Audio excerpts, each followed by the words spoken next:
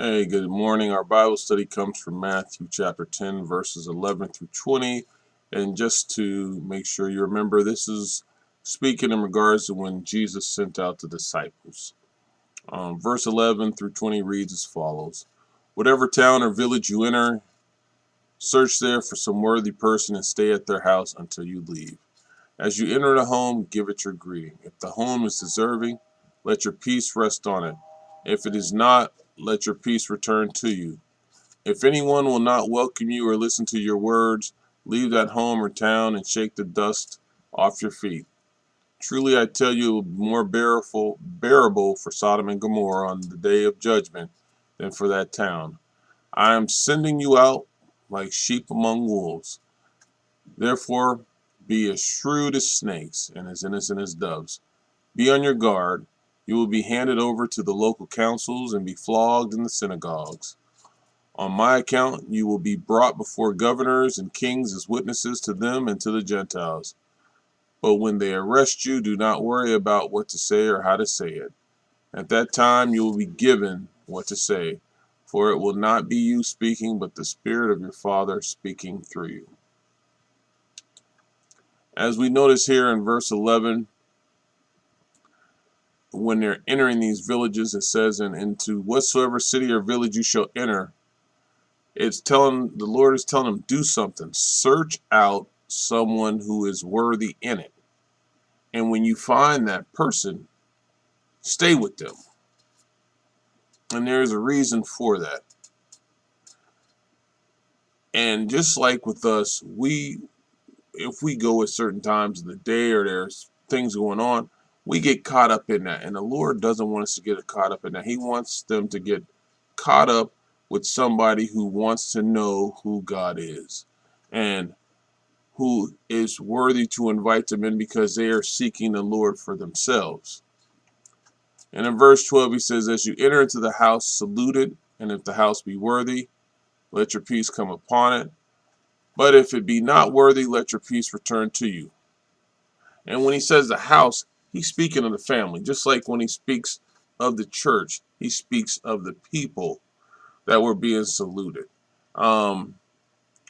He's just saying, salute the family, that the apostles were to pronounce a blessing or to say a blessing upon the home they entered, or some suggestion of goodwill. Just say something of bless you for allowing us to come into your household and to abide with you until our time of departure. Things of that nature to show hospitality, being respected. And that's what they're doing. And this was not a bad thing. This was a very good thing. And they couldn't pronounce judgment of any sort like that. They just had to either say it was good, if it was worthy, and if it wasn't worthy, then let your peace return to you. And it says in Matthew 7:1, do not judge so that you will not be judged. So they weren't in there making a judgment call. They were just seeing if the family would invite them in, and if not, let the peace return to you and go your way. In verse 14, it says, and whatsoever shall not receive you, and whosoever shall not receive you, nor hear your words as you go forth out of that house or that city, shake off the dust of your feet. First and foremost, everybody's not going to hear the Lord's word. So for you who are out there trying to preach it, trying to teach it, trying to share it, don't get offended. Jesus couldn't get everybody to come over. All you are supposed to do is plant the seed. And when it says shake the dust off, shake it off, crack your feet and walk. If you were rejected, you're rejected. That's not a problem. You're just there to plant the seed. If you remember Paul and Barnabas on their journey, they were rejected by the Jews and certain women of honorable estates. But what they do, they shook the dust off the feet against them and came unto Iconium. If you look at Acts 13:51 It says, but they shook off the dust of their feet in protest against him and went to Iconium. And this was a custom initiated by Jesus. Check it out. Don't fret. You did what was your responsibility. And that's what we're all supposed to do. We're supposed to bring disciples in. You can't bring it in if you don't put it out there. But you know what? Sometimes people will reject you. They don't want God. They don't know God. We're supposed to try to show them and put the Lord out there. But if they don't want him, you can't force them. And you shouldn't feel bad about that. Verse 15 says, verily I say unto you, it shall be more tolerable for the land of Sodom and Gomorrah in the day of judgment than for that city. And a lot of people are saying, why were the sins of Sodom and Gomorrah less than these sins of the cities and villages that rejected the apostles? And the real reason is because they sinned in ignorance, whereas the cities of Jesus' day sinned against Jesus. You know, the land of Sodom and Gomorrah was not destroyed because of their sexual or immoral acts. They were destroyed because they had an abundance and they didn't share. But they didn't truly know all of these things. They were told a lot of them and didn't follow them. Now, in Jesus' time, the cities knew of Jesus. Jesus had walked around. If you remember a couple chapters back, Jesus had cast out devils, walked on water, told the wind to stay still. He was doing miracles and teaching, but the people weren't sinning against him. Then out of lack of knowledge, they were sinning against the light of Jesus. Jesus was there. And could you imagine if Jesus is sitting right in front of you, telling you what to do, showing you what to do, and he is physically in front of you, touching you and healing you, and you've seen people get off a mat that never walk and walk for 38 years? They're sinning against the light. And the day of judgment, this is an expression that Christ used. And you know why he used it? Because if right now when he came, he came to save the world, not to judge. But there will be a day that he will come to judge. And when he comes back to judge, they will be sitting before him.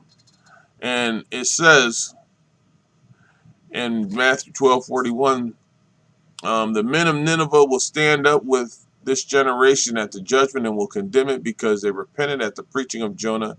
And behold, something greater than Jonah is here. And there will be something greater, and Jesus will be here. In verse 16, it says, behold, I send you forth as sheep in the midst of wolves. Be ye therefore wise as serpents and harmless as doves. Wow. You sending us out as sheep in the midst of wolves. So we already know what sheeps are to wolves. They are food. There's a predator, and there's the one that's being chased. And this thing is pretty much also a lead into, if you are a sheep, you know you should be listening to your shepherd. And behold, I send you forth as sheep in the midst of wolves. If there's wolves out there and I'm your shepherd and I'm telling you that they're out there, follow what I have instructed you to do, and the wolves will not get you. And Jesus was giving out instructions, even where they should go to be at. And in this time, a serpent was considered a symbol of wisdom among ancients, especially the python. And if you remember back in Philippi, Paul and Silas said to have been a spirit of divination in Acts 16:16, where it says, it happened that as we were going to the place of prayer, a slave girl having a spirit of divination met us, who was bringing her masters much profit by fortune telling. But the Greek word denotes that she had a python. The the serpent was slick. Even in Genesis, he had some skills. He was more subtle than any beast in the field. If you remember Genesis, I think it's like chapter um, 3 or 4, somewhere around there.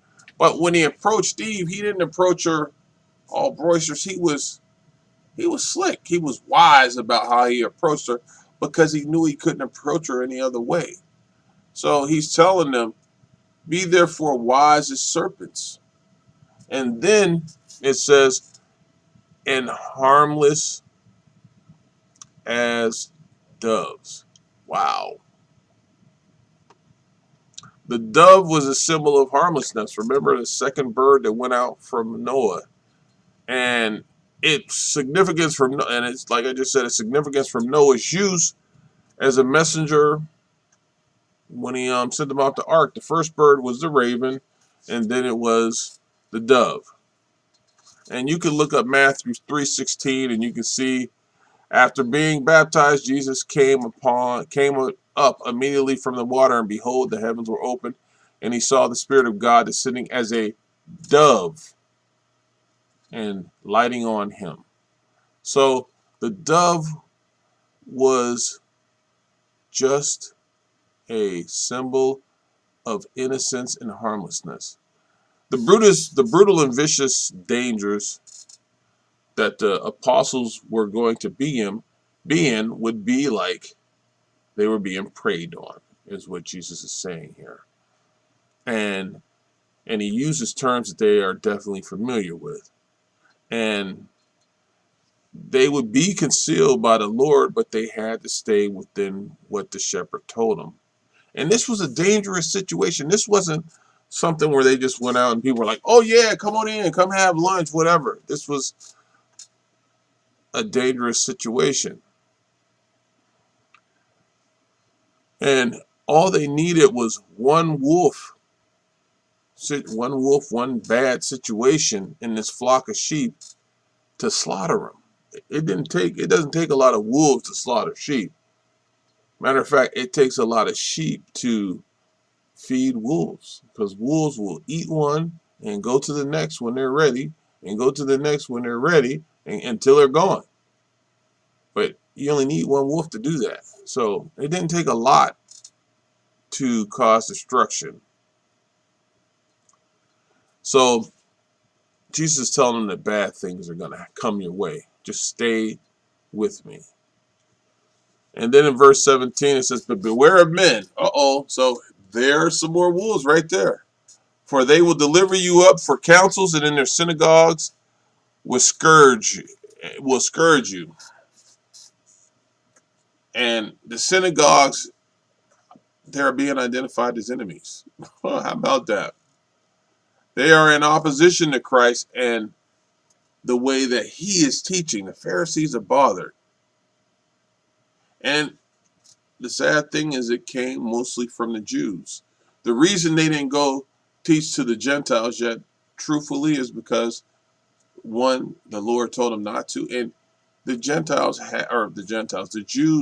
had to say, no, we don't want this. And then, boom.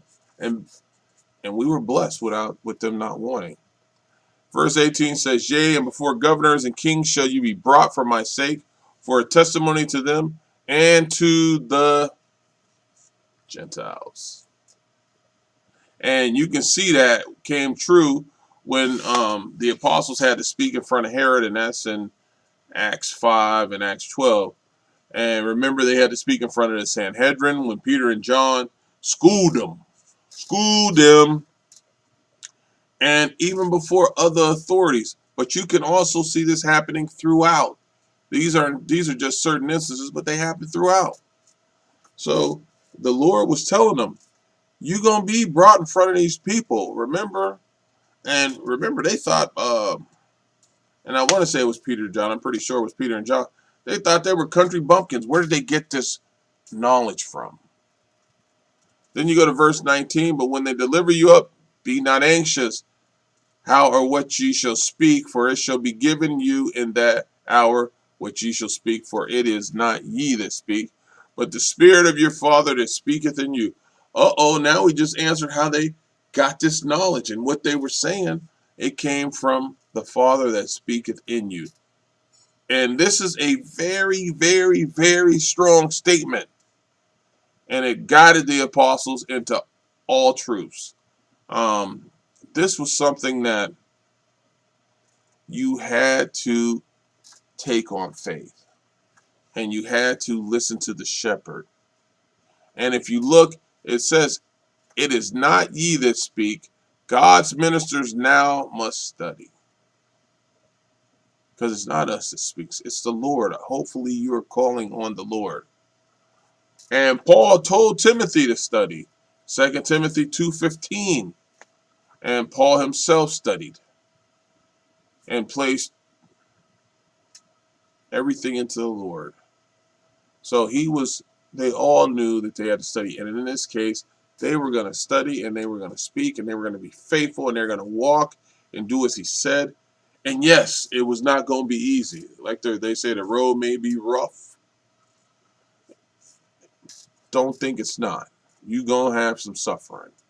So then when we go to verse 20, and I kind of answered 20 already in this last comment, but in verse 20 it just says, for it will not be you speaking, but the Spirit of your Father speaking through you. And that is what it is. It is the Lord speaking. Let the Lord speak through you, and you can do some things. Let the Lord use you, and you can do some things. But in order for the Lord to use you, you have to be willing.